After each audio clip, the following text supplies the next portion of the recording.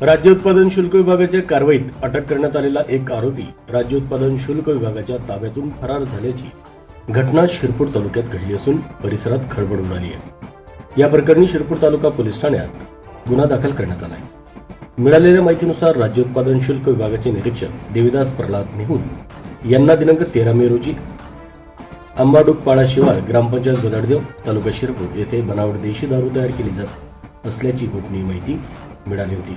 त्यानुसार उत्पादन शुल्क विभागाने सकाळी छापा टाकला असता आरोपी अजय सिंग उखडदे, मनोहर पिंपळदे व मोगा मुसडदे सर्व राहणार सुलतानपूर तालुका शहादा हे बनावट देशी दारू तयार करताना आढळून आले। कारवाई दरम्यान बनावट देशी दारू तयार करण्याचे साहित्य तसेच एक चारचाकी वाहन जप्त करण्यात आले। आरोपींविरुद्ध गुन्हा दाखल करण्यात आला असून न्यायालयाने त्यांना 15 मे पर्यंत पोलीस कोठडी सुनावली। दरम्यान आरोपींना पुढील चौकशीसाठी व सुरक्षिततेच्या कारणास्तव पळासनेर येथील नवीन कार्यालयात हलविण्यात येत होते। त्यावेळी हळाखेड सीमा तपासणी नाका परिसरात रात्री 11:30च्या सुमारास आरोपी मोगा मुसडदे याने लगेच जाण्याचा बहाणा केला।